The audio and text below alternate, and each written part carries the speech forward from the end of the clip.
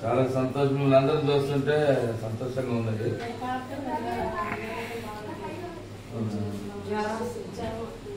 చిన్నసే కదా, చాలా మందికి పుట్టిన కాడికి చిన్నపిల్లలు ఉన్నప్పటి నుంచి చాలా రకరకాల డబ్బులు వస్తుంది, సహాయం చేస్తారు. పుట్టిందే పాపలోకం కాదు ఇది.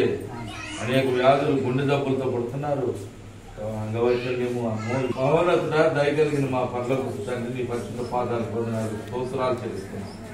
ప్రతి వ్యక్తికి నివసించడానికి ఒక గృహము, ఒక కుటుంబము అయా నీ కృపను పొందుకొని ఈ లోకంలో అయా సార్థక జీవితం జీవించాలంటే, సామాజికంగా గౌరవ ప్రతిపత్తులు మేము పొందాలంటే, సాధించిన విజయాలు కుటుంబంతో కలిసి ఆస్వాదించాలంటే, సంఘంలో నిన్ను మయంపరచాలంటే అయా మేము నివాస గృహము, అలాగే మరి నాయన అవసరమైన సమస్యలను మీ ప్రభుత్వం సమకూర్చుకొని వాటిలో నివసిస్తూ నిన్ను మయంపరచాలి. ఇదిగో మీ బిడ్డలను ప్రేమించి అనుగ్రహించి ఈ స్వాస్థ్యము బిడ్డలను ప్రభుత్వం అత్యధికంగా జీవించావు. ఎందుకంటే వాళ్ళ కట్టాలనుకుంటే కట్టలేరు, ఎన్ని ఉన్నా వనరులు ఉన్నా ఇంకా కొందరు వాళ్ళ చేతుల్లో కావటం లేదు.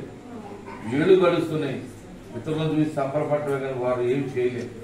అయితే ఈ బిడ్డలు నువ్వు దీవించావు, వారి చేతుల కష్టాన్ని నువ్వు ఆశీర్వదించావు, వారు కలిగి ఉన్న ఆశను ఫలింపజేశావు.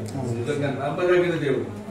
ఈ సమయంలో ప్రభా మీ బిడ్డలను నీవు ప్రేమించి ఇచ్చిన ఈ గృహమును బట్టి దీనికి మీరే పునాదులు వేసి కట్టి నీవు నిలబెట్టావు.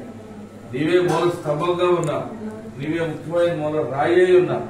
వారి జీవితాలను నిలబెట్టి ఉన్నాయి. ఇంకా అధికమైన ఆశీర్వాదాలు దయచే ప్రభావ. బిడ్డల భవిష్యత్తును మీరు తీర్చిదిద్దండి ప్రభావ. చేరున్న ముఖ్యమైనటువంటి కుటుంబ సభ్యులు, బంధువర్గము, రక్త సంబంధులు అయ్యా ఒకరినొకరు ప్రేమించుకొని ఒకరి కోసం ఒకరు ప్రార్థనలు చేస్తూ మీరందరూ ఆత్మ సంబంధమైన జీవితంలో సాగిపోయే వారికి చేయండి ప్రభావ.